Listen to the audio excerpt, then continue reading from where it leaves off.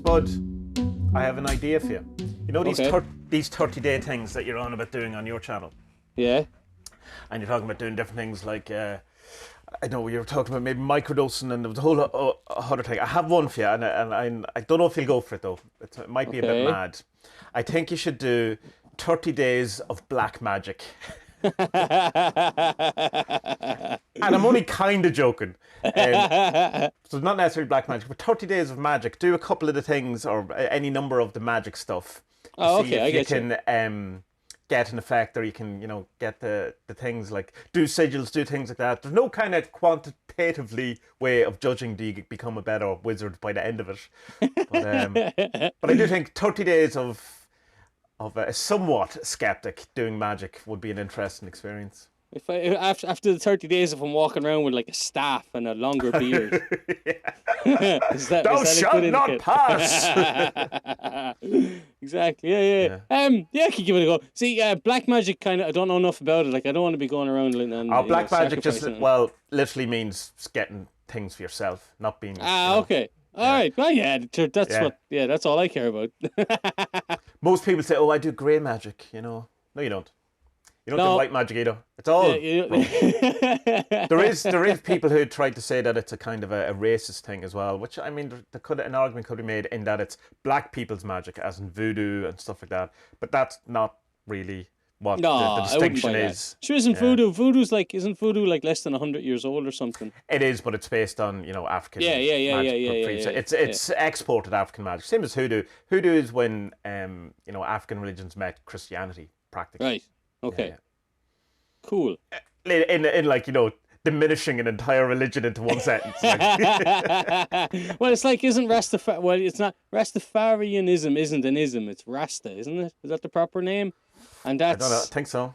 That's based on like pure madness. Like Haile Selassie. You know about the story, do you? No, the only thing I know about it is that the smoke weed. That's like my It's one of entire the kind sacraments, like the Eucharist is for Catholics or Christian Catholics, and but even then, it's not everyone. You don't have to partake in it. It's just one of the sacraments, so it's not like So it's kind of like the Eucharist. You don't have to go when you go to You're church. meant to, though. You're meant to. No, but like when You're not a supposed practicing to do it. Catholic unless you eat zombie like Well, Jesus. do you know what? That's one of the differences here. After my wedding, they had a mass in the hotel the day after. A black mass. Black mass. We sacrificed many badgers and goats and whatever other Virgins. animals we could find. There was we were running out. We had to do squirrels and everything. And anyway, so they done a mass, and loads of the Polish people didn't go up for communion because we didn't have a clue why. We asked around later on, and it was because they were like, "Oh well, I haven't been to confession in ages." So Oh no, that's we didn't go. not Poland. That's Catholicism. Yeah, but it's not. No one in Ireland pays attention to that. Yeah, that's it's true, but it is. I do know of it. Oh, yeah, I it's think it's supposed to be a 6 thing. weeks or something. But Yeah. if you haven't had confession 6 weeks, you're not allowed. What the hell? I was going to say you're not allowed to wafer. You're not allowed to Sure, have like ice I cream. don't know about you, but like I remember when I used to go to confession in school, like I used to just lie in confession. Oh yeah, Because like I don't know, I don't know if I've done anything wrong, so I'll just be like swearing, thinking bad things about people. I shouted at my mammy. Yeah. That's not a sin. Maybe she's a bitch. Not your man. In fairness, she was shouting at me. No, I like the idea though. Yeah. 30 days of doing some magic. Why not? I'll give it a go. I could come up with some different things you could do. You should definitely sell your soul to Satan at some point in that 30 days. And well, there is in Chaos Protocols in Gordon White's one of his books. He talks about meeting Lucifer, a whole ritual of meeting Lucifer at a crossroads. So I mean, you could definitely do that. Oh, that's like your man, the Johnson, the guitar player. What's his name? He's amazing. He's really What good. is his name? I was going to say Eric Johnson. That's the other guitar player. It's certainly not it's him. the guitar player. The old blues player. Yeah. What's his And name? isn't there's something about Eric Clapton was supposed to be involved or something. Well, not involved, but like years later or something. But then No, Eric no, Clapton's, that's Eric Clapton's a good guitar player. But he's not Are you a not great confusing that with Jimmy Page and his Aleister Crowley fascination and all that kind of stuff? Or is Yeah. it I fell down that fucking rabbit hole this weekend. Thanks, Tommy. Yeah, no worries. What did I send you? I sent you a photo that said it was a screenshot from YouTube. It said Crowley Crowley subjected Newberg to various sadomasochistic sex acts under the In the guise desert. under the guise of transcendental meditation. So this is 2 blows in one here. Yeah, I'm not sure in meditation. sense it was transcendental meditation. I think it was definitely sex magic that Crowley was at. Yeah. I don't think transcendental meditation, as we talked about last week, was a thing just yet. So that's like, what's this, the 20s that happening, right? So transcendental Something like meditation, that. 60s, right? Yeah. But who knows? Crowley was up to all sorts. Yeah. Yeah, he was. Yeah. I watched the documentary about him, and it was well put together because there was loads of other documentaries about him all put into one. There was no right. like narration really, except for these. So was it an anti-Crowley documentary or a pro-Crowley documentary? I don't think it was. No, I'd say it was fairly well. They used the word Satanist. Well, I don't think. No. I wouldn't say that it's in the middle, but it's kind of as objective as it could have been because, like if you look at what Crowley did and all, you could say, Crowley. Okay, yeah, what? Crowley. What did I say? Crowley. Yeah. Listen to too many Americans say his name. Crowley, C-R-O-W, Crowley, fucking animal. Yeah, obviously. Holy Alistair Crowley. Yeah, Crowley, C-R-O-W. It's a crow, God's sake. Although there's an Irish newscaster called Elaine Crowley, isn't it, or whatever? Crowley, is there? Crowley, yeah. Maybe. And yeah, but it's like, I mean, Jesus, he was a wanker, like. Oh yeah, he wasn't nice at all, and did terrible things to like he got his. Yeah, he was going through a breakup with his wife. The second wife, was it Rose? What's her name? Scarlet Woman. Yeah, like they had a cool thing at first going on, and they took loads of ayahuasca and spoke to gods and Horus and wow, fucking amazing shit. Like great crack. Rituals in the pyramid, all that stuff. But then like they're gonna they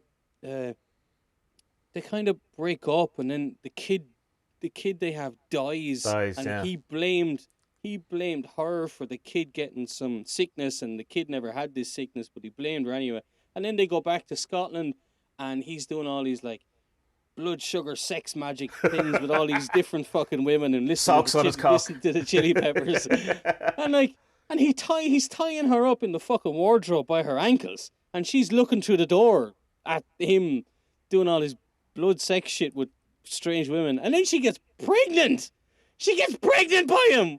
The fuck is she doing, Like, he must have had some fucking charm to have that much way with the ladies, but I don't know. I mean, anyway, look, that's away from what I meant. I think it's fairly objective, the thing. It's just you're not objective about it. Yeah, no, but I mean, I think he's a very interesting character, and I would, I mean, I'd look more into it because it's mad, the stuff he got up to. Well, even before, like, if he hadn't been remembered as the wickedest man alive or the Great Beast 666, which is both his own labels, to be fair. He was like an immensely successful mountaineer, like broke so many records, and like went down in history as that alone. Probably I wouldn't know about him, or you wouldn't know about him, but like people would have known about him. That's like the Maggie Thatcher thing, isn't it? Maggie Thatcher could have done so much for humanity if she just stopped after she had invented the fucking ice cream machine. But oh no. Maggie had to fucking end social capital in England, didn't she? And fucking break the spirit of the miners and the working class. The cunt. But I mean, like, who's to say? I don't know. I've in some way tried to play devil's advocate with Margaret Thatcher. Like, I mean, you can't. There's no. No. Well, actually, you can. Right. She's not worshipped, but she's very much respected in Poland as someone who brought down communism. Like, fuck off, will you? Bullshit. Yeah. I thought the Pope did that. Was that? Yeah, well, they think that as well, which is bullshit. And they think wasn't anything to do with an economic collapse. No, absolutely. And Ronald Reagan gets something for this. I was looking up somewhere. Ronald Reagan was he was denied membership of the Communist Party when he was a young fella. Lucky for him. Isn't that mad, huh? Yeah. He was also big into positive thinking and Norman Vincent Peale and all of that stuff, and had an astrologer and used to base, big decisions on astrology and did meetings and stuff like that. Yeah, madman. And then Barbara Bush is no, Alistair Crowley's... say no. Barbara Bush is Alistair Crowley's daughter. Allegedly, That's in allegedly, it. yeah. Wow, and They do look similar though. Yeah. Oh God, yeah. But then again, And old there is people, yeah, all old people do kind of start looking yeah. the same. But there is a time overlap where it's somewhat Oh possible to have happened. yeah. I think it's possible. Which everything's possible, and also nothing is possible at the same time. Everyone is special, which means no one is special. So, Exactly. yeah. We're all unique. Yeah. All of us. What? Yeah. Who said that? I'm not. So, Yeah, no, Tommy. Okay, I accept your challenge. I'll do it. I don't know in which month that will do.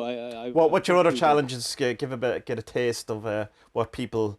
Everyone should go and subscribe to Spud's channel. It would probably help if I put your link in the show description, which I will do this week. Can if you want, but Yeah. to be honest, like I've only put out 1 or 2 things this year so far. I'm taking it I know, very, but you have very like slowly. 6 million podcasts there, haven't you? On Yeah, comedy and all that. there's hundreds and hundreds. I think there's about 300 or something. Yeah, Right. mad.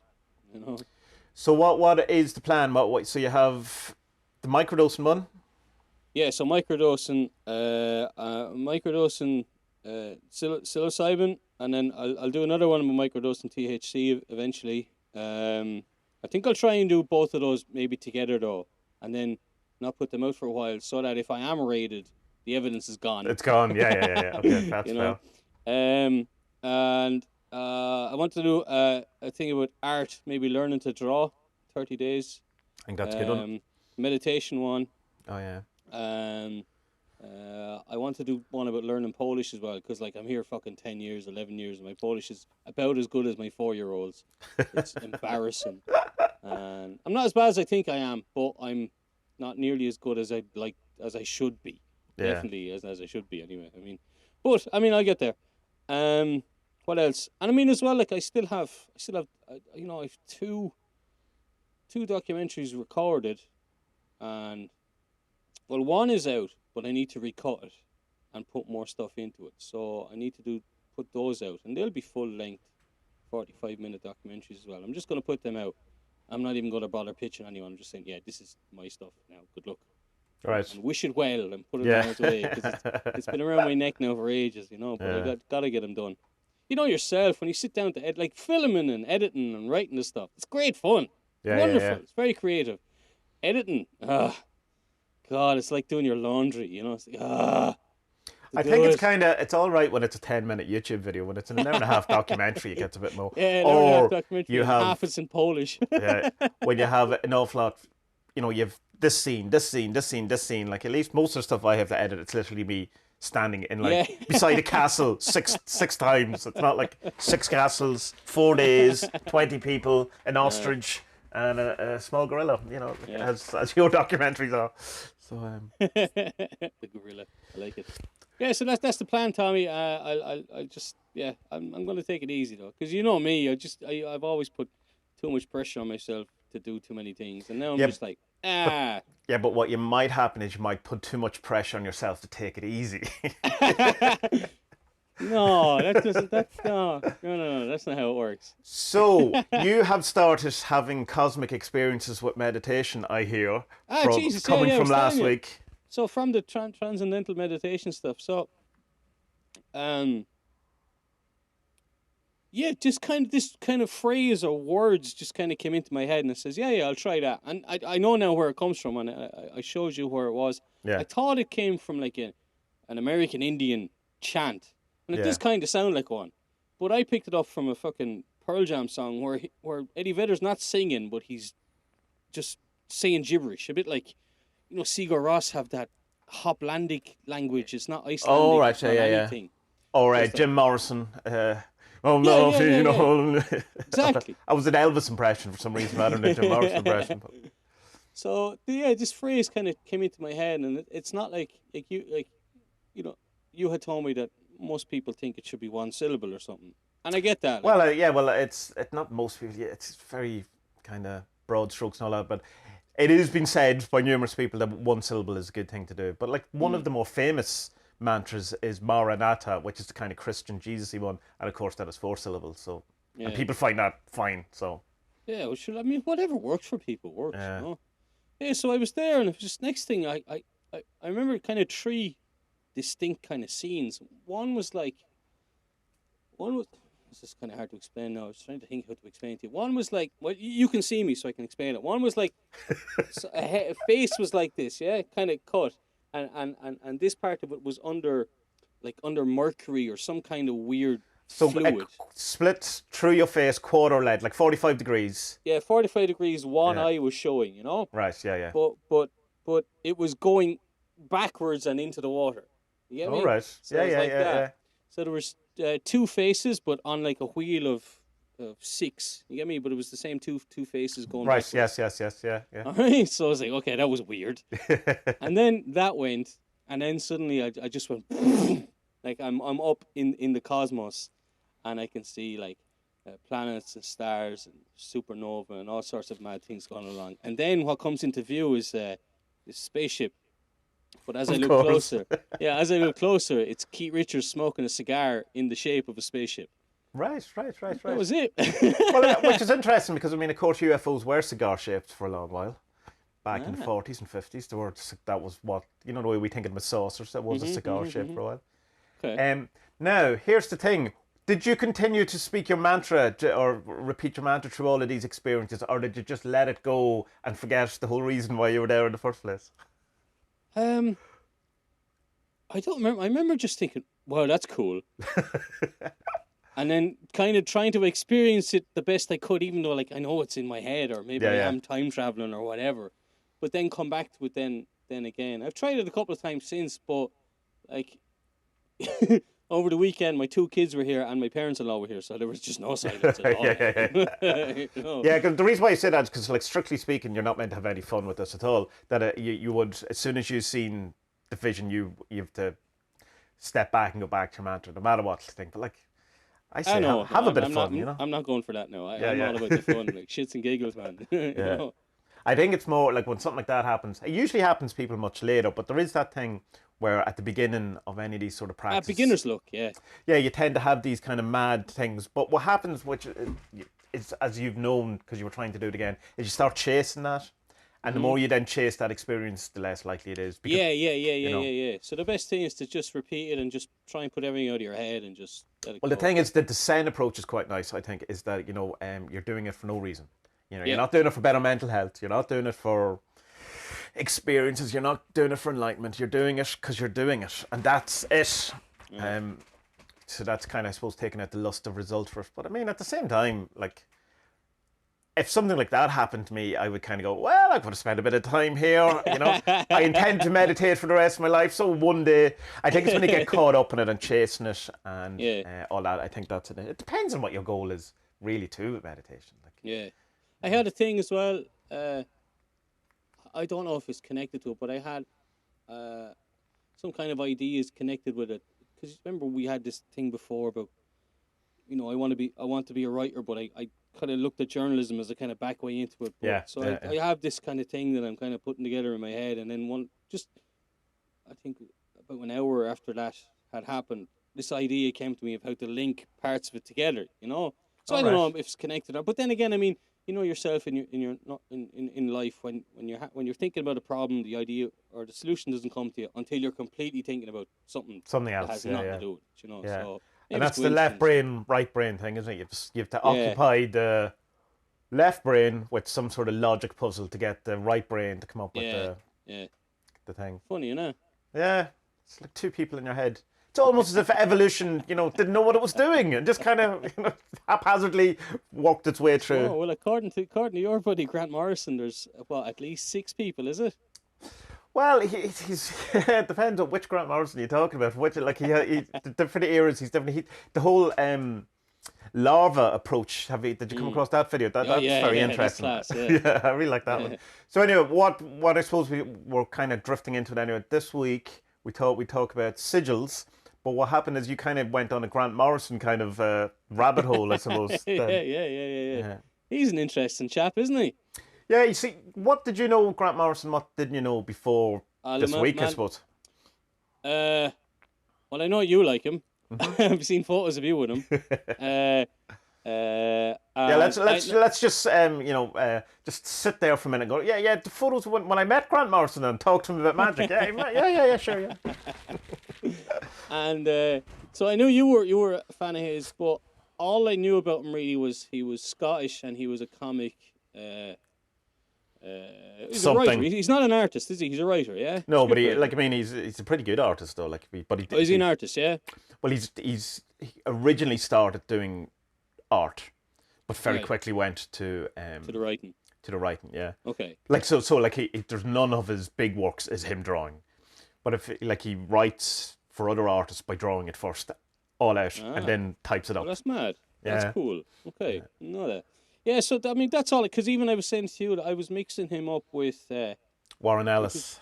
Warren Ellis is the Northern Irish. No, fella. no, that Garth Sorry. Ennis. See what Garth I mean? Ennis. Yeah, So Gareth Ennis is the one I mix up a lot because he did Preacher and he's from Northern Ireland.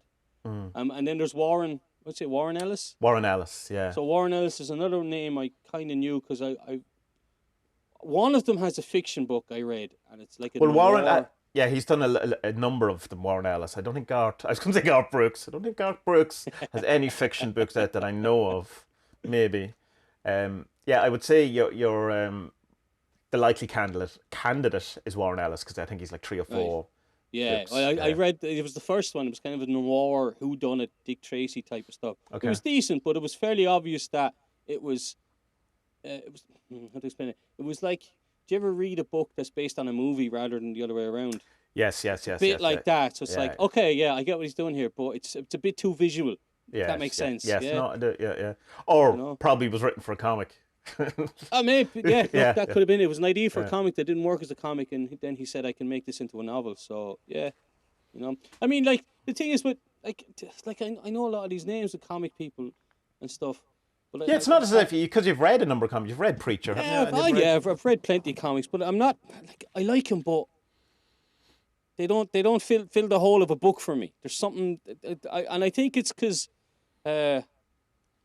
Is that because of depth, as in it doesn't like depth as in there's more kind of I don't know, comics are more surface maybe on the nose in the way a film is it that, or is it Yeah, there's less to the imagination. I think right? there's less blanks for me to fill in. You get me? Yeah. And there was something interesting in one of Grant Morrison's one of his theories of time, that he sees that the way that we look at comic books is kind of how the gods would look at us, or people from different dimensions, because they experience time as all happening at the same time, like Dr. Manhattan, or what was his character, the blue guy as well? Yeah, Dr. Manhattan. Yeah. Oh, in Dr. Manhattan is the it's other fellow with the based- beard. What's his name? Alan Moore Alan Moore. Yeah, but Yeah. but Alan Moore ripped it off Garrett. of Captain Atom. Yeah. So Yeah. Captain Atom. Yeah. So Captain Atom and Dr. Manhattan experienced everything all happened at the same time, just as we would look at a comic book, because all the panels are there in front of us and we just have to Yeah. move to them. And so the end of the comic and the beginning of the comic is happening at the same time from the point of view of the Yeah. person reading it or holding it, not reading yeah, it. Yeah. Exactly. Yeah. And I think as well that when I'm looking at a comic page, the fact that I can see what's happening in the next panel, Which is interesting because kind of annoys me. Yeah, which you would enjoy them in the digital format more, like the Comixology, because you literally are only presented panel by panel with it. So you can't see the entire picture. Yeah. Now, that sends some people insane because they love, the scan of the panel of the page at the beginning. But I like it that I don't know. Yeah, no. I like. at the thing. Yeah, I had some of those apps years ago on what do you call it, on tablets and all like that, and they weren't working that way then. It was Is that just because like a you were using the PDF. pirate software? Possibly. Oh, I think it may yeah, have of course. been. But are they all done that way now? Are they? The That's cool. Comixology, if you buy an official digital Yeah. comic, you can look at it full page, of course, but you can. It's all done. It's called what's it called? They have a name for it, of course. I don't know. Panel. No, I have thing. seen this. You can do this Yeah. on the website as well. Yeah. No, yeah, of course. Yeah. No, yeah. That's And that's it's the way sometimes I'd it's like to more watch than it. just a panel. It'll show the face, and it'll be, and then it pulls out, and it shows a massive penis Yeah, or whatever, see, whatever the that's- type of comic you're reading or whatever. And I really enjoyed it. I read all of BPRD, which is the Hellboy kind of spin-off, in Right. digital first, Yeah. and then when I got it in paper or whatever, it's a different experience. It's a different thing. But I nearly enjoy. I enjoy reading comics digitally more than I do physically because of that. but I really enjoyed the physicality of how a full comic or a graphic novel looks. Yeah, that you yeah, just yeah. You're never getting with a digital comic Of course. ever. Yeah. That's. I mean, if I liked something that I'd read digitally, I would end up buying the comic as well. You know. Yeah, I'm certainly have done that, and but the worst thing is then it looks like none of your books are actually read because no, I've read it, just not that one. Not that I've way. read it on my computer or read it on my tablet. Yeah. Mad, isn't it? Yeah. People So are idiots. I don't, it's like as if it mattered. Who's coming in and pointing at my bookshelf going, "This isn't read." Other comic people, I suppose. So right, so the big thing about Grant Morrison, well, I knew him from early days, I suppose, 2000 AD, and he did that thing, Zenith, Zenith, which was kind of a superhero set in somewhat Nazi type thing. Did you ever read that one? It's quite interesting. Steve Yowell did the art for it. But his big comic that would be most relevant to Chaos Magicians would be The Invisibles, which is has since been, I don't know, mostly stolen by so many other things. That they are making a TV show now that when it's shown, people go, "Oh, this is just a rip-off of The Matrix, and this is just a rip-off of this." And you go, "Well, actually, no." But you're never going to be able to, yeah. Yeah, it's like I read Necromancer not that long ago, 10 years ago or so. And I think after the first 50 pages, I just put it down because I've seen this. It's been ripped off so much. It's like, no, there's no point. Like, there's no enjoyment in it. Yeah. You know? It's like one of those things you kind of have to read it at the time, I suppose. But in saying that, I didn't read Invisibles at the time. But I read it before it was totally, pulled apart for media things.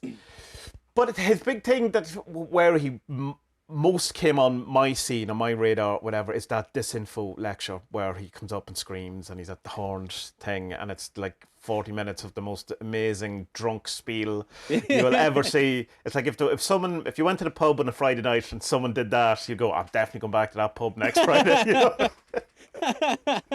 For sure, yeah, it's an awesome speech. He gets up and just goes, "Ah! Wake up!" The audience are like, What? What? The fuck? Yeah, it was brilliant. This drunken rant that was obviously well planned out, but he still got through it all. Yeah, it's class. He says he was really nervous and that he can't watch it now. That he understands the kind of place it has and all that, but he says he can't. I suppose it's like, imagine getting drunk on a Saturday night and then waking up and go, "Oh, this is on the internet. Is it all? Oh, and it's really popular." Oh, right, okay, yeah. And I have to live with this. Oh, right, okay. But he says he sees it as a kind of as if he's acting or a character or something like that. But like, still him. He acts very similar to it sober, so I don't know what exactly his character is he's playing. He has loads of just cool ways of thinking, I suppose. That sounds really lame, doesn't it? Well, no, but this is my take. I love Grant Morrison, but I'm not that gone on his actual comics or his work or whatever. In that I could listen to him all day talking about the story that he's talking about, like say Batman and his approach and why this character's in it and all of this. And then I read the thing and I go, "Yeah, I'm not getting any of that." You know what I mean? It just feels very on the nose, and it's kind of. I love his whole thinking behind it, but like there's some gems in it, whatever. But even when he was talking about, did you ever read The Dark Knight Returns or Year One by Frank Miller, which are the Frank Miller one? Yeah. Well, he talks about those two books on the Kevin Smith podcast, the Fat Man. Yeah. That was linked in your thing. I listened to some of it. Yeah, and it's like. The way he talks about those books, I've read The Dark Knight Returns, I don't know, safe to say at least 1 million times, right? So no exaggeration. And I see it in a whole new light after him talking about it and how he approached it, whatever. And I don't even think Frank Miller knows the stuff that Grant Morrison sees in it. But it's like just how his mind works. It's like we were saying about David Lynch last week ago. I really love him and his mind, and then you watch like Mulholland Drive, is it, or whatever, and you go, "What? What?" Totally missed this, lads. What's going on here? But like when he's in that Talking with Gods documentary, Grant Morrison, where it's just his approach to comics and his approach to magic and all that. I've loved that. I love interviews with him. I love his. He has a book called Super Gods, which is like the kind of autobiography, part history of superheroes and why they're so important in the world and to him and this video. And I love all that. But then when it gets to, like, say, something like Batman R.I.P., which is one of his famous Batman stories, I just kind of go, it's just Maybe it's Just just another don't like Batman, you know? Batman. I don't know, but like You see, that's I have that problem as well with superheroes in general. That I just don't care for them. yeah, I don't You care know, for them like at all. like Yeah. look, everyone likes Batman, but like Batman is this because Batman's so flawed. Everyone And because likes. there's a chance that you could be Batman if you just worked hard enough. Just hire someone to kill your parents. Start there. Have multi-million pounds and a mansion. It could all be us. It could be any one of us. Yeah. And then there's like fucking X-Men and fucking. Well, that's how when people say I'm into comics and then they start talking about X-Men and go, no, I'm not into superheroes. Professor X and Magneto, they hate each other, but they secretly love each other and they want to bum each other, and it's just sad. I like. People are not gonna like me for this, but I just see grown men who read these juvenile comics as just waste, a total waste. Like there's so many good comics. What are you doing reading these juvenile? Well, this is it, teenage and things, like you know? even if you're into Batman, like every 3 years to start Batman again from the start, and like it's literally it's all new. Batman, how we begin, it's his first year. Here we go again, and it's like it's like if every single film that ever was made was a western. And you're going, yeah, I'm not into westerns though. Oh, well, we only have westerns. So well. What about those the zombie movies over there? Oh no, they're not. They're independent movies. We don't talk about that. No, but I know that's a personal thing, obviously, because like, where do you draw the line? Like, I think something like Preacher is fucking amazing. I love Preacher. And it technically could be described as a superhero. Not really. It's not a superhero comic. It's a supernatural No, horror. but but it's mental. You know what I mean? Like, at least with a superhero, you're like, yeah, okay, I get it. This guy has superpowers and he wants to help the less fortunate. Yeah, I get it. Whereas Preacher's like, well, I'm a pissed off preacher and I'm gonna fuck with God. Yeah. And my best mate's a vampire. Yeah. What? But I suppose you could also say about the genesis of X-Men was that it was like the outsiders, the people who were shunned by, society. And, there is a kind of a social aspect or social, what's that word when Sure, people look, talk we're all about... outsiders, you know what I mean? Everyone's an outsider. No, but like the mutants, so I mean, there's the elements of, you could say, of course. It's about homosexuality or it's about transsexuality or, any of these kind of atypical type humans. So you could go, well, there's that kind of thing. Spider-Man was the whole idea about that he was really human because he got colds and his parents died and he was the fault that Uncle Ben died. And it's the whole something to do with rice, all that kind of stuff. Yeah. No, it's the whole. It's like the A-Team or MacGyver. Those things are awesome when you're a teenager because like there's guys like literally like 2 meters away from each other, firing AK-47s and missing, and no one swears. Or the best one, the truck was off the side of the hill, off the bridge, explodes everywhere. But then the very last the footage is a guy just crawling out. No, I survived. Okay, I survived. I'm not dead. No one died. This has to be for primetime TV. No one died or swears or has sex. And it's just like... like, I know this sounds stupid, and I've tried to explain this to people, but it's with certain stuff, I want a certain bit of realism. You know what I mean? Like, even say mad fantasy, like Lord of the Rings. Okay, it's possible, all right? Yeah. But if Superman came to planet Earth, would he be that helpful, or would he just be like a billionaire fucking chicks all the time? Well, that's the thing, and the Dunn Ferries ones, because Mark Miller did the whole, well, what if Superman's thing landed in Russia rather than America, and how different would that be? And of course he became, the kind of the Russian Soviet communist leader, and had played out very differently. That's kind of interesting. And I mean, you've any amount of different, Batman from Earth 2, Earth 3, Earth 4. As it turns out, Grant Morrison has decided that was 52 Earths. One for each week of the year. Well, handy enough in a weekly comic, in a weekly comic called 52, handy enough. But and then you have, like, I suppose, the Alan Moore kind of thing of the late 80s where he just tried to, make it realistic. So Watchmen is an attempt at realistic. But what it kind of really is done is just, Grant Morrison would say, let's take all of the fun things away from superheroes and just make them shitty human beings, put it in a really dark place, and shine a light on all the crap of the world. Whereas for him, superheroes are the beacon like they're the gods, they're the archetypes that you're meant to aspire to. Yeah, So yeah, yeah, yeah. Superman is Apollo. He's not a kind of, he's not, like an Alan. And I think if an Alan Moore Superman would be a nasty piece of shit, like or whatever, or he would be the comedian, or one of these type of things. Yeah, yeah, yeah, yeah, yeah. No, I get that, but yeah, but that's just in me. It's just I like the grey edges more than I just can't buy into like this perfect Superman or any whoever Fantastic Four or anything like that. Like in Fantastic Four, everyone liked the Rock thing, whatever he's Yeah. called. Thing? Is that his name? The Thing. I don't remember. The Thing. Yeah, the Rock Thing. Everyone What was liked he him called? because The Thing. he was angry and In the cartoon, you know? he was replaced with a robot, wasn't he? Or was it the flaming torch? What that was his name? Yeah, because it must have been the guy who was on fire, because you can't have a guy on fire on Saturday morning TV. I suppose Okay. that would make sense. But I suppose what happened though when you had the gritty stuff was whatever, you had the '90s comic thing, which was just totally dark and depressing and sad, and the rise of Image comics and all that kind of stuff, where it essentially destroyed the comic industry, because collectors came in, there was like 6 covers for every comic that came out. Yeah. Everything was grit, everything was dark, and everyone went, oh. Including myself. But I was never really that mad into superheroes. My comics I was into Love and Rockets and Cerebus and more indie type things. And it's interesting when people, you say that you read comics, people immediately just think superheroes. Obviously Yeah. not, And what do you think of the new Avengers movie? And I go, well, I do not know because I have not seen Yeah, it. we had a semester I in have seen them college. recently though. We had a semester in college about kind of new medium and stuff like that, new media, and a couple of lectures were about graphic novels, and we did Mouse. Yes, yeah. Yeah, we did Mouse.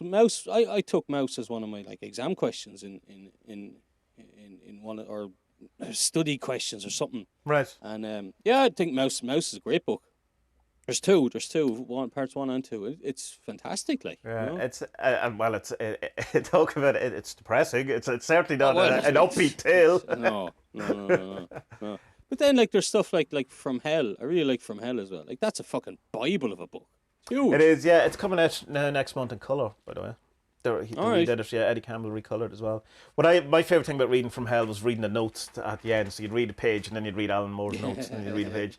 You fucking nerd. It'd take you 6 years. But then you realise that Alan Moore has very seldom had an original idea of his own. Like everything is based on something else. Like Watchmen's all based on, the Charlton characters that they had to change the names. Fever from Dead is obviously based on the Guy Fawkes thing, and seems to have had as much input from David Lloyd and Des Skin, who was the editor at the time. Then of course you have all the League of Extraordinary Gentlemen, which is literally taking ideas from everywhere else, and even From Hell, that whole the conspiracy, and I won't spoil it, but the who he reckons is Jack the Ripper is taken directly from another book. But he's open about it. And he says, "There it is. There, this is where I got this idea from." Yeah. So, from an original point of view, I would say Grant Morrison has more original ideas, but I prefer Alan Moore's actual comics. You know what I mean? Look, I don't know his comics enough. I mean, I'll buy the Invisibles. I'll give them a go because there's only 4 books in it, so I'll give them a go. All right, for sure. Because I mean, I do like comics. It's just there's 4 books, but each of them are a collection of like 6 books. Yeah. Well, I mean, you can buy one big version of it, the omnibus. It's impossible to read, but it's like $120, or it's probably $250, but you can get it for $120. Yeah, no, I'm not. That's a mortgage payment, man. I'm not doing that. You're mad. It's $120, but it's $6,000 to get it sent to you because it's postage. Jesus. Yeah, of course. Yeah. No, I will give it a go because I'd be interested. But I'd like to. I'd like to kind of dig a bit. I'd love if there was more documentaries about him because Did you watch Talking with Gods? Did you? Yeah, I'd watched that before. Right, when you sent it to me as well. Yeah, I have a whole second side of that, the bonus features, which is every bit as long, which I'll cheekily send to you as a mega upload or something. No, he seems cool, and I like his ideas on time and sigils, and the time thing is mad about the centipede. Yeah, the larva. And that's going through. Pretty cool.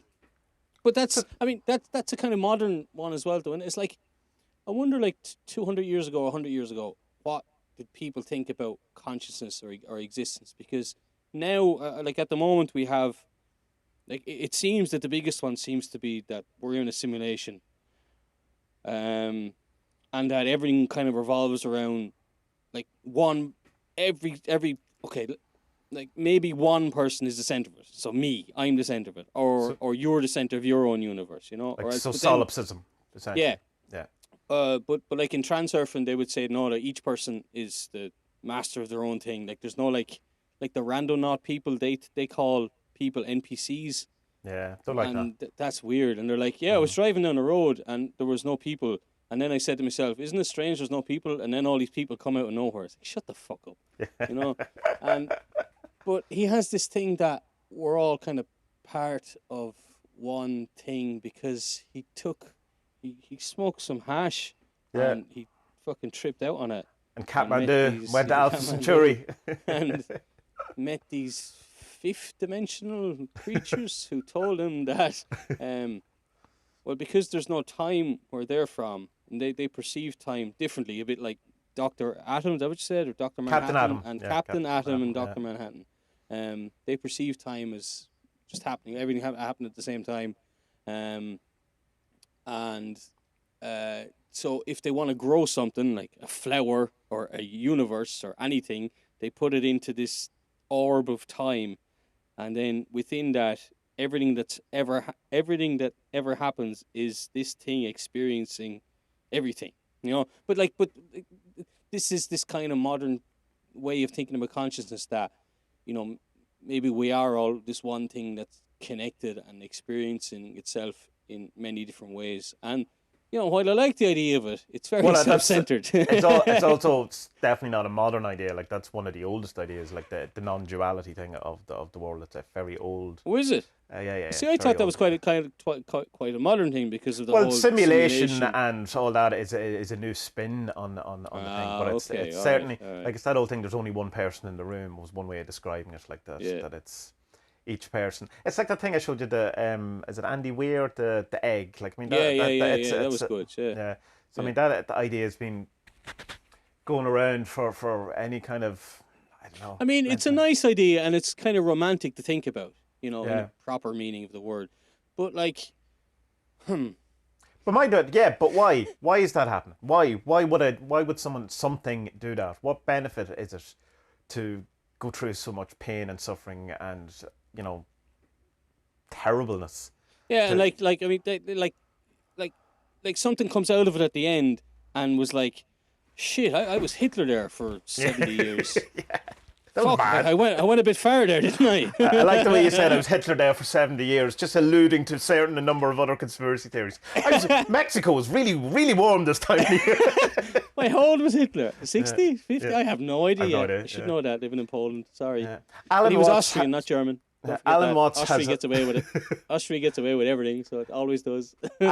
Alan Watts has an idea about it, and he said his whole thing is that it's that life is a game of hide and seek that God is playing on itself. He said, so think if you had an ability to dream and totally control your dreams, and they were a realistic dream.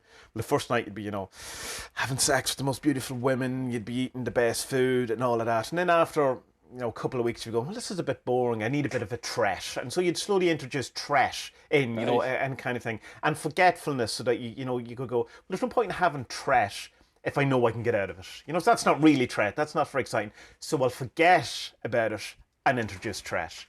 And then this is that, think of it from that way, that as a kind of a, I suppose, as an entertainment or something that you have to forget, and you have to have trash or negativity or dukkha, whatever way you want to put it, in order to have any sort of experience. Because, you know, that whole idea of sitting in heaven or whatever for eternity, you know, and it being so wonderful, you go, no, that we all know inherently that would be terrible. Boring. You know? Yeah, of course, yeah. It's it's a lot to think about. Yeah. So tell me, so Sigils, which is I suppose the disinfo thing, where he basically, in a very public drunk and look out for the ecstasy of taking way, describes Sigils. So like, what's your thoughts on Sigils? What had you thought? You surely had heard of it, Sigils, before? Had Yeah, you I'd heard of them, conversations but with me and... okay, what I knew about sigils was sigils are glyphs. I didn't really know what a sigil was, but I knew what a glyph was. Yeah. You know, a glyph is like a couple of lines on a stone that means something, for example. Yeah. You know, Like But then like the Irish stuff. What's that called?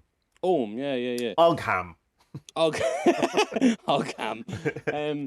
Ogham written by Siobhan. Yeah. Yeah. And I love the stuff where they directly correlate it with the Roman alphabet. This means A, this means B, and it goes, that's not how language works at all. Your tattoo's a lie.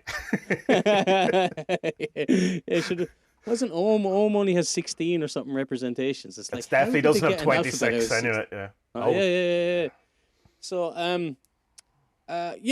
you had sent me something about it before as well, and I thought, okay, fuck it, I'll give it a try. Like, and then and then like 2 or 3 websites later, there was people incanting gods and like gods no one's ever fucking heard of before. I command thee to come and do that. I'm like, get the fuck out of here. What the fuck is this? Like, I went, no, Tommy, I can't. I think after your 30 days of black magic, you might have a different appreciation of all I know, of but that. like Alistair Crowley from that documentary, they were doing all this kind of stuff as well, and like, if I was, I'm not, but if I was into magic, I would very much have a chaos thing on it because I don't. It's we had this thing about Hellier and Pan, like invoking Pan, like and doing all these like leaving bread and olives and the first menstrual blood of the fucking year and all this fucking bullshit. Menstrual blood of the year. Hold on, that's the first menstrual blood of the year. Save that. we may need that in a cave. So. And like for me, that's nonsense because like if Pan was a god and he would just smoke fags and drink beer, so just bring fags and beer and he'd be all right, Well, like who are we to say what Pan is into? To be, like maybe menstrual blood is his thing. Like, if I was Pan, that's what I do. And and all of these high what are they called? Archetypes are supposed to be all representations of the different personalities within us. Yeah. And then if that was the conclusion, then I would be Pan and I would like to smoke cigarettes and drink beer. But I can't. But anyway, where was I going with that? Yeah, because you're saying you would have a chaos magic approach if you had a magic approach. Yeah, so that's what put me off when I started reading that there was all these prayers to like. Well, I think what happened there is that you went from a chaos magic sigil thing, which is what I would have pointed you at, and then started doing your own thing, which was probably what you shouldn't have done. And you got into more grimoire, kind of classical robes, and I suppose it's kind of high magic is the type of thing, which is ceremonial magic, and it's that kind of it's similar. It's what the Church of Satan stuff is based on, but it's kind of. Mocking is not the word, but kind of having fun with. That's probably a better way of doing it. But that's how magic looked for a long while. Like you had the circle, you had the seal. There were more seals, I suppose, than sigils. Even though the name is kind of interesting. Yeah, because they explained it in the Crowley thing that you invoke these angels or demons, and then once you have them under your power or under your influence, then they will open the door to what you're looking for. Yeah. That's the way I understood it, yeah? Well, it would be also that idea of that authority. So you'd go to the top guy, who's usually like someone like Lucifer or, whoever, one of the 4 kings, whatever system you're going to use. And then you go, listen, you let me use some of your dudes, will you? And you go, yeah, whatever. And then from then on, you just use the underlings, the dudes, and they're doing the thing. But you have to get the authority then. So you need the kind of... The sigil then would be your authority in that kind of thing. Yeah. But that's not really what I kind of... When I talk about sigils, what I feel about. Even though it's exactly that. I mean, it's like the same as the sigils on the 47 is an encapsulation, a kind of a mnemonic to encapsulate that idea of what. So the helo, that sigil is the thing. But the same as the image. So is the image. It's like, it's like this. For me, it's kind of like a law of attraction type thing. In that, like, if you want a BMW, print off a photo of the BMW and leave it beside your laptop where you'll see it all the time, and so it'll just materialize. And you. Well, here's the thing. I 100,000,000% agree with you, but you will find very few chaos magicians who agree with that. And I don't understand it because it's the same process. It's the same idea, it's you're making it more abstract though, which is the difference in that it's not. The car has been broken down. Your desire, the affirmation has been broken down It's been repeated letters, and vowels have been removed. If you want, that was the original kind of. This comes from Austin Osman Spar. That's his kind of his approach to it. It's like people say it is, but if you ever read any of his stuff, he doesn't really talk this way.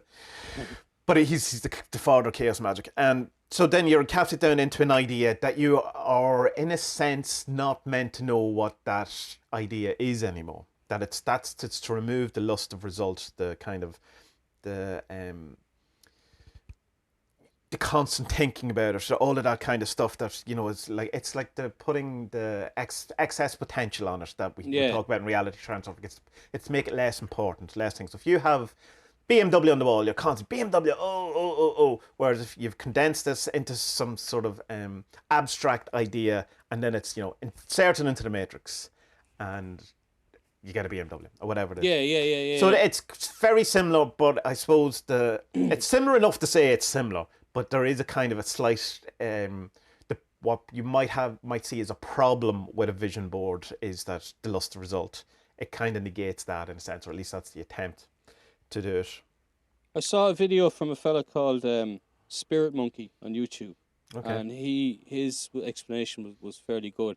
And yeah, what you had said as well about invoking these gods and angels or whatever, that was this old type, whereas the new one is the old type was more about controlling something, whereas the new sigils that you're talking about, chaos magic, is kind of like wanting to maybe materialize something or wanting to get something. Yeah. You know? So like the old style seals that you'd see in grimoires, or, you know, the goetic demons. You know, when you see, like, if you ever watch Supernatural, the TV show, they have these seals, and this represents Asmodeus or whatever. That's kind of the number one. It's like a business card, you know, so that's your link to the thing. But it's also it kind of conveys a bit of authority and stuff over this.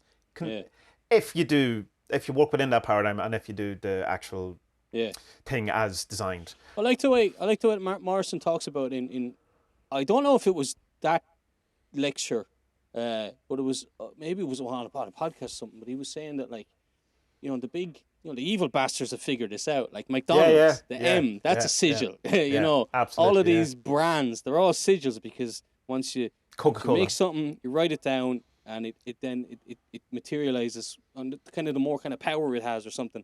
Then it will come true. No, I don't know. And there's one thing that I can ask you. It's that like, why is it that a sigil can only kind of have one thing? So say, like, you want 10 things in your life, and these are the 10 things that you want. Yeah. Why not just make one sigil for all that and carry that sigil with you for the next 10 years, rather than making 10 different sigils? You know what I mean? What's the point? Why do they say a number you shouldn't do one big one? Number of things. Well, you can do one big one if you could come up with an event that would only occur when all 10 of your goals had been achieved. Then you certainly could make a sigil for that, which would entail all of your other goals having to materialize. So if you go, these are 10 things, and when I get these 10 things, I'm buying a boat. So you sigil for the boat. Okay. Because you only get the boat when these 10 things are done. So you could do that's one way of approaching it. But the other thing is the confusing thing of it, in the same way, why don't you, you know, when you're making a normal to-do list or goals, whatever, you break them down into smaller goals and things. It's just, it seems to work better. And it's also, if you're distilling a thought down into its kind of smallest kind of thing, if you have 10 goals, you're going to have all repeating letters, so you're going to essentially be left with nothing anyway. So that's what practical kind of look at thing. But there is an approach where you do a number of groups together, or of sigils. And there's Gordon White from RuneSoup, who I've introduced you before, and his whole idea of shoaling, in the sense, shoaling as in like the way fish shoal together. So it would be a case of you pick 5 goals. That seems to be the one. So you pick 5 things that you want to happen, and do it as a series of sigils together. And there's a thing in it called a RoboFish, go with me, which is a sigil that you do as part of this series. So they're all, in a sense, become magically connected. But this is one that's definitely going to happen, and going to happen soon. And that's kind of used as a Kickstarter to get the other ones, because there seems to be some element that if you do sigils together, they become reliant on each other and charge each other, or in some way materialize because of the other thing in some Right. way. So if Yeah. you say, I want my BMW, I want a new house, I want, I don't know, blonde girlfriend, blonde boyfriend, and then for your last one, you say, I'm going to have spaghetti bolognese for my dinner. Do it, activate your sigil, all that, and then you go and have spaghetti bolognese for your dinner. So that's started. That's it, because whoever's, whatever matrix is goes, well, one of these happened, so obviously this is a change, so that this is the beginning of something.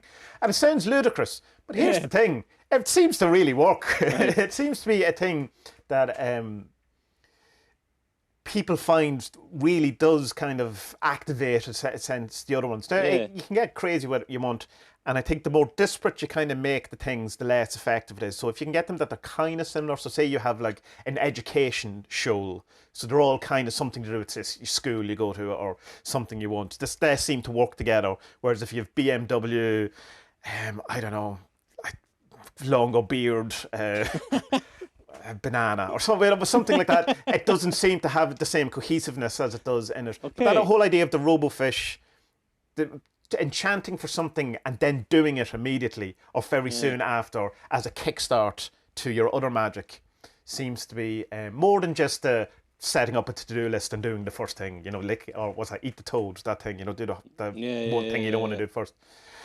So yeah, but so on one side, yeah, don't do 10 different things as one sigil. Alan Chapman in Advanced Magic for Beginners would say, do it, see what happens, see how you get on with it. If it works for you, do more of it. If it doesn't, stop doing it. But Because I did one with like, I think there's 10 goals in it, but they're kind of life goals. You know what I mean? Like, am I allowed to say? Is it a secret? It depends on who you ask. Okay, so I don't care. I'll tell you, you can work out if you're allowed to talk about your magic or not, because I think it's personal. If you were thinking of writing a blog post, and someone asks you what is it about, Okay, and you tell me, are you more or less likely to write the blog post? More. Then you should tell other people your magic. Yeah, If because I tell I've said people it, then I have. But Yeah, no, you're the opposite. but I'm the opposite, because if I tell people, say I'm writing a new comic, and I go, well, what's it about? If I tell you, it dissipates the energy of it. Really? So absolutely. So okay. if I talk about my goals, it in some way, part of me, my brain thinks it's happened, that it's done. It evaporates at a thing. Whereas some people are the complete opposite. And I've met both people. So find out something that if you have a goal and you tell someone about it, are you more likely to do the thing or not? And then whatever it is the answer, that's who you are. And then stick to that, either tell people, because there is that thing that, but in self-help they're saying the more people you tell, Richard Wiseman was talking about this, he says that if you actually tell people your goals, this kind of public kind of shame that you expect, you're less likely to actually achieve it.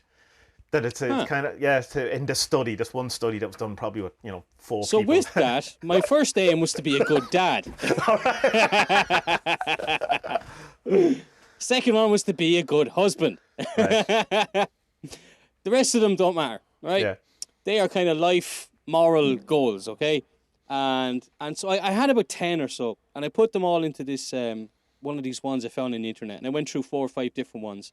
Oh, like the sigil scribe things, is it? Yeah. And I found this fucking kick-ass sigil, and I'm like, yeah, that's it. That's my logo for life. I'm keeping that. So I want to keep it, Tommy. I the think it's McDonald's deadly. side. Yeah, it's class. It's like this. It's like a square with like lots of triangles inside of it, but then on the edges it has kind of these, like it can't be symmetrical because the bits that come off the edges are too fucking weird, Right, And I'm like, cool. That's a kick-ass logo, man. I want to keep that. Cool. But now it's bullshit.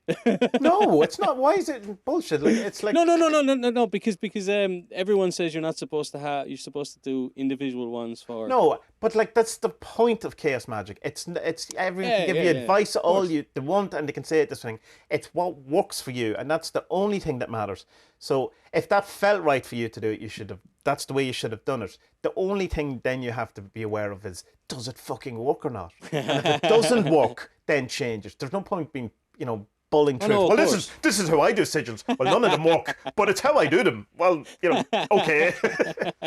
Well, maybe try something else. I think it's a cool one to do because it's like, I think it's like an overall. It's like my king of the sigil. Yeah. Murphy's King Sigils. Sounds like a really bad butchery or something. So that's the number one. And then everything else I want in my life is kind of secondary to that. You know what I mean? Like, this is the A game. These are the 10 things I fucking want. You know, I've spent 38 years thinking about these things. I know what I want. You know? And, I mean, I think it's fine. Like, fine in the sense of like, I think it's good magic. If you want, like, I don't think there's anything wrong with it, and people would argue the case with it, but it's like, you can argue all they want. As far as I'm concerned, it's like it's good magic in that you followed it, particularly that you got so excited by the outcome of the sigil. That's like fantastic news. That's how you know when a sigil's done. In that it's like, oh well, you'll see it. It's like that description of porn. It's like, I can't describe it, but I know when I see it. But it's like, how do you know when your sigil's done? Well, you just know because there it is. Oh, that's the sigil for it. Look, it's there. It couldn't have been anything else. So yeah. That's cool. I like that. There was something I want to ask you as well about it. They were talking. Grant Morrison was speaking about how to power the sigil. He said one of them was masturbation. Sure. And it makes masturbation great. Masturbation's great anyway. Yeah. But and he was saying sex is another one. So what's your take on all this? Well, and not just a sexual thing, but in general. No. Well, like the wanking on the sigil thing, it's like such a ubiquitous kind of thing in chaos magic that it's become almost like a joke.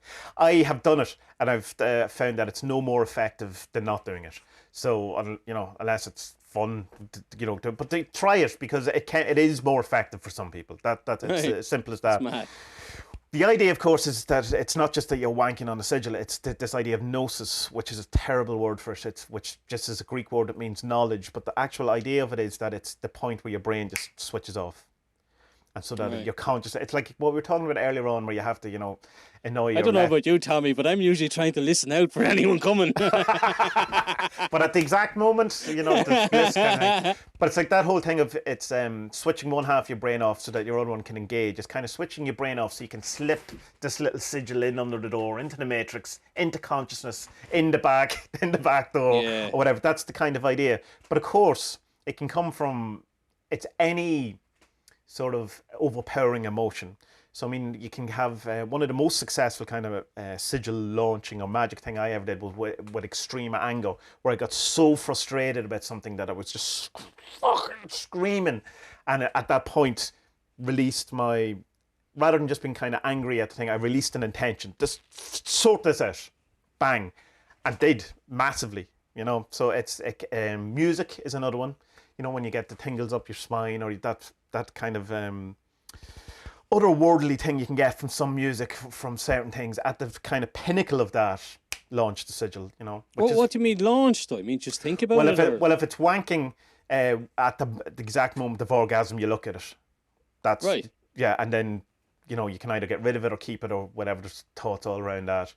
This anger, say, you can scream at it until you get to the kind of pinnacle of the emotion. The music thing's a bit more because you kind of have to, there's no exact peak. I suppose maybe the chorus or the bridge or the guitar solo, whatever it is. But you can you could do it over the course of a song if there's a particular piece of music that you find, that kind of thing. Gordon White's one is you just look at it in a kind of a trance state, and what he describes as until it drops. And it's one of those things that you know it when it happens. There's just you kind of go, oh, that's done. It's kind of I used to do a thing where I'd hold it, and I used to do them on the sticky notes, because that's a very chaos magic thing to do, and I kind of shake them. The pencil trick you can do where it looks like a pencil. So you do that until it kind of there's kind of a 3D quality comes to the sigil. It's kind of the paper, and because it's moving so fast and your brain can't keep up, so the paper and the sigil looks like it's on a 3D plane. That can be one, or looking at it till it disappears. The way you can look at stuff and then eventually your eye just go weird and it disappears. Alan Chapman has a load of different ones how he can do it. It's like the sympathetic magic one he talks about is where you can come up with your idea, what it is you want, and rather than actually drawing a sigil or whatever, decide that some other action you're going to do is the equivalent of that. So you can go, eating a hamburger is my magical act to make it rain, and then you eat the hamburger, and then it rains in this kind of train of thought or whatever. So the activation thing is just some sort of thing that you can do that makes it feel like you've activated it. that you've Right. put it out there, and there's a whole host of different ones, but the one that will work the best is the one that you think is, because you could wank all day in a sigil, but if it really comes down to I think I should be burning these, then you should be burning them. That Right. that's. Right. Yeah. So what do you think? What would you Did he think is talk the about? activation? Well, I don't know, but I mean, for me and my unknowledgeable thoughts on it, it would just be once it's ready, once it's made, then it's activated. That's what Yeah, I would and think, that plenty to of be people honest. do.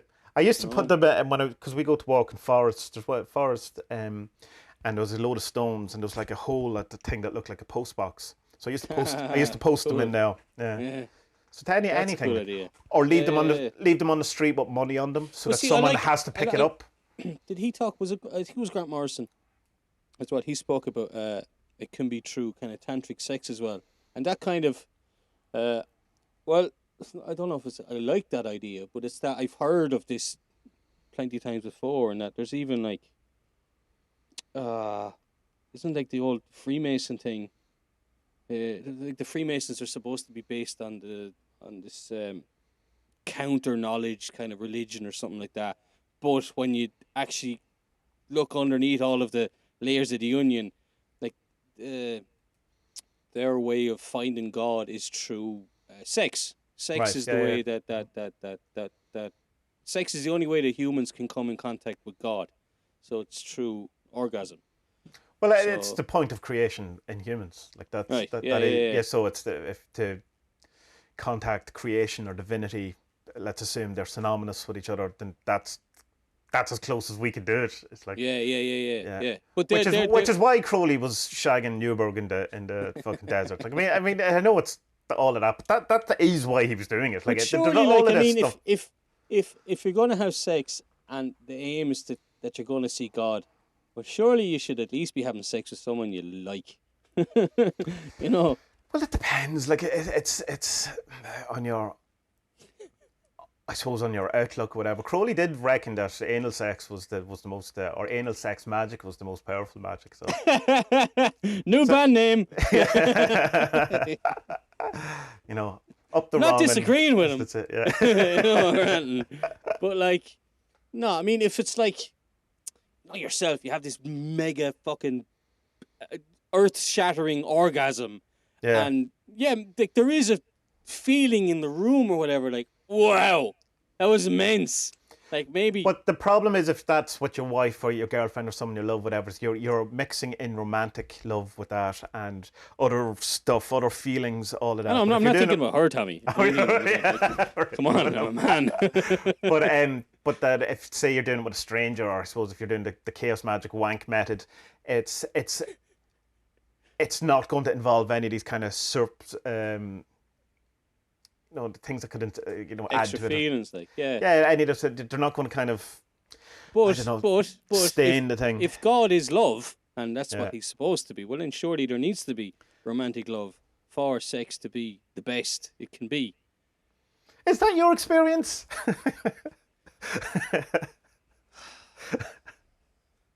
But yeah. To be honest, yeah, it is, yeah, because like just picking up some young one, outside the door, coppers 2:45 in the morning. That's not leading to good sex. That's just leading to I don't know. I think that's your fault for hanging Getting outside the your rocks coppers. off. No, I don't know. I know that's assuming that God is love, whereas in fact entire existence is evidence for the contrary. Like really, like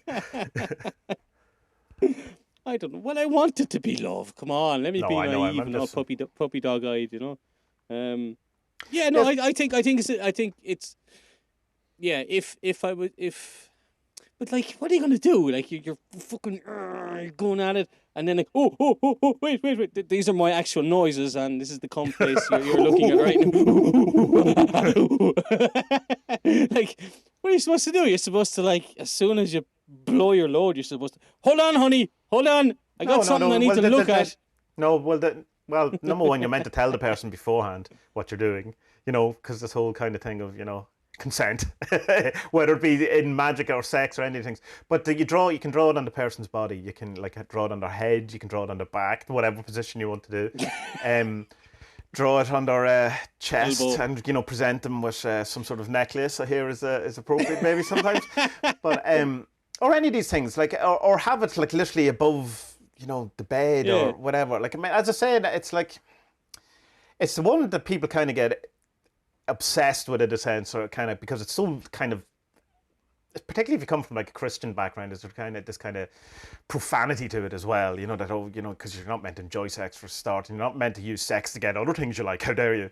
I know what you're bringing squiggly lines into this. Oh, you pervert, whatever. But like, so there's all this kind of weird stuff going on as well. But so I can get behind, literally get behind all that kind of stuff. But I don't think it's definitely not a necessity. If it's something that if you're into and the person you're wit's into and that, then I would certainly try it. It does really work for some people. I'd be far too embarrassed to ask her, but she listens to this, so we'll find out next week. Oh well, yeah. I know we won't. Mother-in-law's here for 2 weeks. Yeah. Fuck. We'll find out next month. Same bad time, same bad channel. But like the other thing that the Grant Morrison one, I know we're kind of running out of time at this point, but his whole idea of a hypersigil, which would be much more interesting to you, I assume, as a writer, is creating a piece of artwork that is a reflection of what you want to happen in your world, which is what he's talking about with the Invisibles and all of that kind of stuff. Yeah, that was cool. Yeah, I did that with the comic Dem, and it certainly, I thought it failed. I have a whole number of blog posts about this. I thought it failed because the thing that I enchanted for through the comic didn't happen. But fucking did. It was just I had put too short of a time, and it happened exactly in the way I wanted. Looking back, so the hypersigil thing, it's kind of got a bit out of hand where everyone thinks everything is a hypersigil now. My tattoo is a hypersigil. Well, I mean, of course, all of this is fine. You can do whatever you want, etc., etc., etc. But in a strict sense of a hypersigil is creating art. And probably an ongoing thing, or at least something over an extended period of time. So it's not just one YouTube video. It would be a series of YouTube videos, or a comic, or a serialized novel, or whatever, that in somehow is meant, or the aim of which, apart from it being entertainment and all that kind of stuff or whatever, is to affect your own life and your own situations or whatever. And how many times have you read about writers talking about either meeting characters who they've created or had very similar situations, or weird synchronicities. It's a thing that even in non-magic, that just writers talk is something that's quite prevalent. It's not total, like not every writer's had these experiences, but enough that there seems to be a but thing I don't to know. it. I wonder, have you ever had? I've experienced this loads of times, and it's that like you could be walking down the street, and you start seeing something in complete strangers that you recognize. Have you ever had that? Well, explain it a bit more because I'm not sure. So you could be walking down and Is you it like, see like that's my wallet? no. No, it's like That's my jumper. No, you'll walk past like a lady and you'll say, "Oh, she looks like such and such from I used to know 10 years ago." And you walk by a man, "Oh, he looks like your man from thing. He looks like," and I looked it up, and it's supposed to be that when you start recognizing people you know and other people, it means that you're in a balanced place. Do you know? All right. No, I do know what you're on about. It's supposed to where be it's good. like if you go from, say, school to college, and then there's people that are the same people, but they're different people. Oh no. No? No. Right, then I'm not getting it. No. It's mean Not it's the same like, type. No, not No. the same type. It's the same like physical features of people who look like other people. You know? That's what you said. Yeah. Yeah, that is what I'm saying then. Oh, that is what you okay. Yeah. It's like you kind of go, this is, you go to college and it's Sean, and you go, oh, you look exactly like Barry, who was at primary school with me, or something like that. No, but it's not exactly. It's that Right, there's okay. something More to there's it. something. Yeah, there's something you recognize about this stranger, and you connected with someone else. But it doesn't have to be. It can be a personality thing as well. Yeah, I 100% have experienced that then. Yeah, I know what you're on about, and I know words aren't great at pointing at that thing, but I do.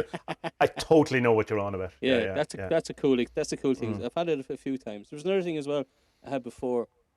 I started thinking that I was seeing just on the periphery of my vision other people or something, and I told it to a girl I was seeing. She was a tarot card reader, and she was like, "Oh yeah, that's great. I hope it lasts long, because that means that everything is great in your life and people All are right. looking after you. So yeah, And was everything God. great in your life? And was people looking after It was a fun time. Yeah, you? didn't really achieve anything, but I had fucking fun. Yeah, yeah. And then there was just I've told you before. I've had loads of dreams in the last year, 2 years, about it's that thing, the sleep paralysis thing. But I see it. It's a good thing. Like this All right, so the hag. shadowy, womany figure is Yeah. kind of standing over me and saying, "Everyone's all right. You're grand." All right. So you don't get the old hag, you get the young maiden. I know. I can't. There's no look to her. It's just is there a look? Maybe it's kind of a Grim Reaper-y type of look to it. All right, and you're fine no, with this, with yeah. Whatever. Like, I mean, the way I see it, that like, because with the sleep apnea, I reckon I've died loads of times already, and just I don't know. I keep waking up. I'm lucky. Right. You know, like I was in a car crash with you. I'm convinced of that as well. Me and you died that day. Yeah, that like I'm totally convinced of that myself, to be quite honest. Yeah, we died that day, and I've died to at least 2 times since then in car crashes as well. And I'm still you here. driving at all of these? It's not me. How dare you? How dare you? I had a dream actually. I had a dream about you the other day. Oh, right. Was it nice? Speaking of, was there a sigil involved? Speaking of powering sigils, I was supposed to ask you, Sergio, would you? I had a dream that you and me had a kind of like a quasi religion or something. All right. And tell me more. You and I had come up with were we a tax exempt religion? No, right. Here we were. Right, we were in this room, a kind of churchy room, and we were wearing not churchy clothes, but we were wearing black, right? And so it was something official and important. And we sat down in front of a camera, and we were given a lecture about our system or whatever. Right. And it was being beamed to 60,000 people, even though they weren't there. Right. They were in other places watching us. So yeah, it was some nice. Like it was like an oracle deck. It was an oracle deck, and when we were right. explaining what it was, so that was mad. I like it. I like it. I like weird, the live aid element to it where we were. You know. Did we have to then get on an airplane and go to America and do 2 gigs in one day or something? Now, if I could just remember the fucking rules. Phil Collins in the background. What? Yeah, so yeah. I mean, I'm having a great time remembering my dreams again. Do you know? And the fact that I whatever happened with doing the meditation, like, it's mad, because for years I don't remember my dreams because I had the sleep fucking thing, you know? That you didn't know about. I didn't know about, yeah. And obviously I died many, many times. Like, it's, you know, when you wake up and you're like, you know, like, you okay? I don't know. I don't know. There's a woman here. She looks like the Grim Reaper. But she said everything's fine. I don't know what's going on. Like, you're going to the doctor. Okay. Yeah, so fun times in the Murphy house. So you're going to continue to meditate, are you? Sorry? Are you meditating every day now, or just when the mood takes you? I won't have time today. I'll do it when there's a bit of quiet in the house. I will do it more, yeah. Yeah, that's one of the top 3 bad excuses for not doing meditation is that you don't have a quiet house. You can use the noise of your house as your thing that you focus on. Your focus, Jesus, my brain is so crap these days. Your center of focus, the thing. So if someone's hoovering, then listen to the hoovering. Go and do it. Yeah. Or if there's kids screaming, and that's rather than your breath or your mantra. That's what that experience was only Friday. Today's Monday. You know what I mean? You're meant to do it every day, twice a day. 40 years in a cave. There's no fucking way I have a spare 40 minutes every day. That's just impossible. It's not going to happen. But start with 5 minutes every day if you don't have 40 minutes a day. I suppose 5 minutes I could do. All right. Yeah. Everyone can literally do it. Like, I've been up to 20 minutes a day, and I don't miss a day now. And that would have been a huge thing for me. I remember when I was doing Zazen and I got up to 12 minutes, and it was like the biggest victory in the world because I hate Zazen so much. And it's like 12 minutes. You're like, literally. I've stood in line buying a coffee that's been longer than that. You know what I mean?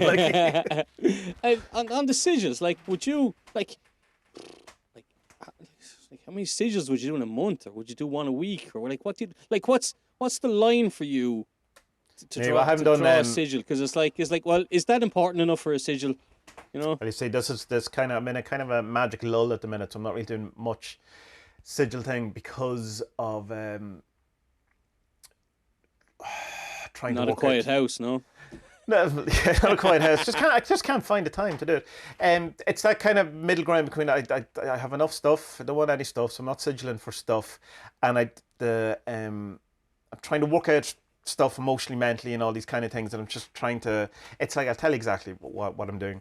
I have this thing going on with my eye about 9 months now, and trying to work out what it is. So I stopped all vitamin tablets. I've stopped all face washes, all of these type of things.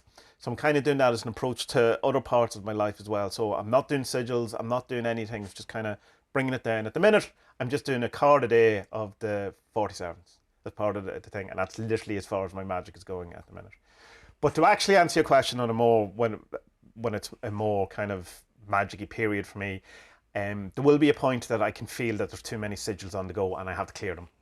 Right. It's like there's Start definitely, again, yeah. it definitely feels like, right, it's like when you're in your office and you go, right now, I really have to fix that shit. You know, it's that equivalent, that shelf's really annoying me, you know, or whatever it is, or the room just starts getting, your aura, I suppose, starts getting a bit messy. But I would have had the approach kind of like what you had, what I had short term, mid term, and long term, and most of my magic always was kind of about overall things rather than things for this week. You know what I mean? It wasn't. Yeah. It's not really about having a good. I mean, and it's stupid because Gordon White, as he says, this is free. So why not do all of it? Why not have it that I have a great night out Friday and don't get a hangover? Why not? You know, if it's free, what's the worst that's going to happen? Why not? Yeah, so he's saying like, so do as many and all as you want, and then follow the Alan Chapman thing of and see what happens. You know, and if it works, brilliant. If it doesn't, do less, do something else until you find the thing. But probably starting with 10. I would have suggested 1. But, you know, that's not who you are, Spud. So No. It's go big or go home with me. You know that. Yeah. But also, you set yourself up that you won't be able to prove the kind of success of sigils because they're lifelong goals, they're long-term goals. So like, how will you know the good sigil target or good magic target in general is you have a definite and crystal clear knowledge of when it has come to fruition. So it's not kind of vague. I find money. When you go and you find 10 cents, you go, what was that the sigil? Or did I just find 10 cents? It's like winner, chicken dinner. it's like 52 cents. And so when you find 52 cents, you go, that's the sigil. Because it's a clear, concise target. Yeah. You know, and there's no question about it that's what it is. And that's, you know, that's why you have to, you know, it's so pressed into people to have a diary. What if they're clear in your head, but you can't put it into words? Well, that's fine. Yeah, I think that's okay then. Well, it's all, like, I mean, it's all okay, but as coherent as you can make. Yeah. You think in that, I always ask the question, how will I know when this has worked? Like, so that's it, like going, I want, you know, a more successful career. How will you know, what does that look like? How will you know when that has happened? When I stand above the bodies of my enemies. but that's what you sigil for. That's what you do the magic for. It's not for... it's for the thing that happens because all the other things or whatever. I get you. It's like buying the bottle of wine because your mortgage is paid or the bottle of champagne rather than sigilling for the mortgage to be paid. Yeah. I think that seems to work better for me anyway, that kind of thing. And that's kind of coming from the Crowley thing, which I talked about before on my... I actually got it wrong. I called it eating the ice cream, where he didn't have enough money for his rent or his mortgage. As he heroin. Yeah, whatever it was. Well, he'd asthma, so he's allowed to have heroin. It was back in the day when heroin was for asthma. Woohoo! But he didn't have enough money to pay for his lodgings, as is, you know, many times in his life. Aleister Crowley didn't have enough money, and so he did his magic, did whatever the thing. And instead of saving the bit of money that he did have, he went out and, as far as I was concerned, my memory was that he bought some ice cream. And this was a symbolic act of saying it's all going to be okay and all that's fine. And actually, I think it turned out to be oysters that he got and champagne or something equally more Crowley-esque. But it's this kind of act of fate that you do. Not something stupid, not like spend all your life savings or like that, but it's just a small act of fate of doing something that you would only do given that your magic has come complete. So if you're magicking for your rent to be paid at the end of the week and you've only 20 quid, buy an ice cream. You know, don't hoard that 20 quid because that seems to stifle the flow, man. But I know that's crap, but It seemed they're the best kind of words I have Yeah, for yeah, that yeah. type of thing. Uh-huh. Some sort of symbolic act of fate. Yeah. Cool. Nice. So I don't. Yeah. Fucking turning me into a fucking magician, you bastard. What the fuck is going on, like? 30 days black Maybe magic. you put a sigil on me a year ago and everything started going fucking woo then or something. Gotta look into this. There's some fucking voodoo dolls of Spud Murphy in your house or something.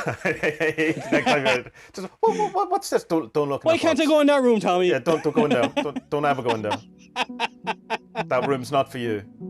But there's, it's not my jumper. No.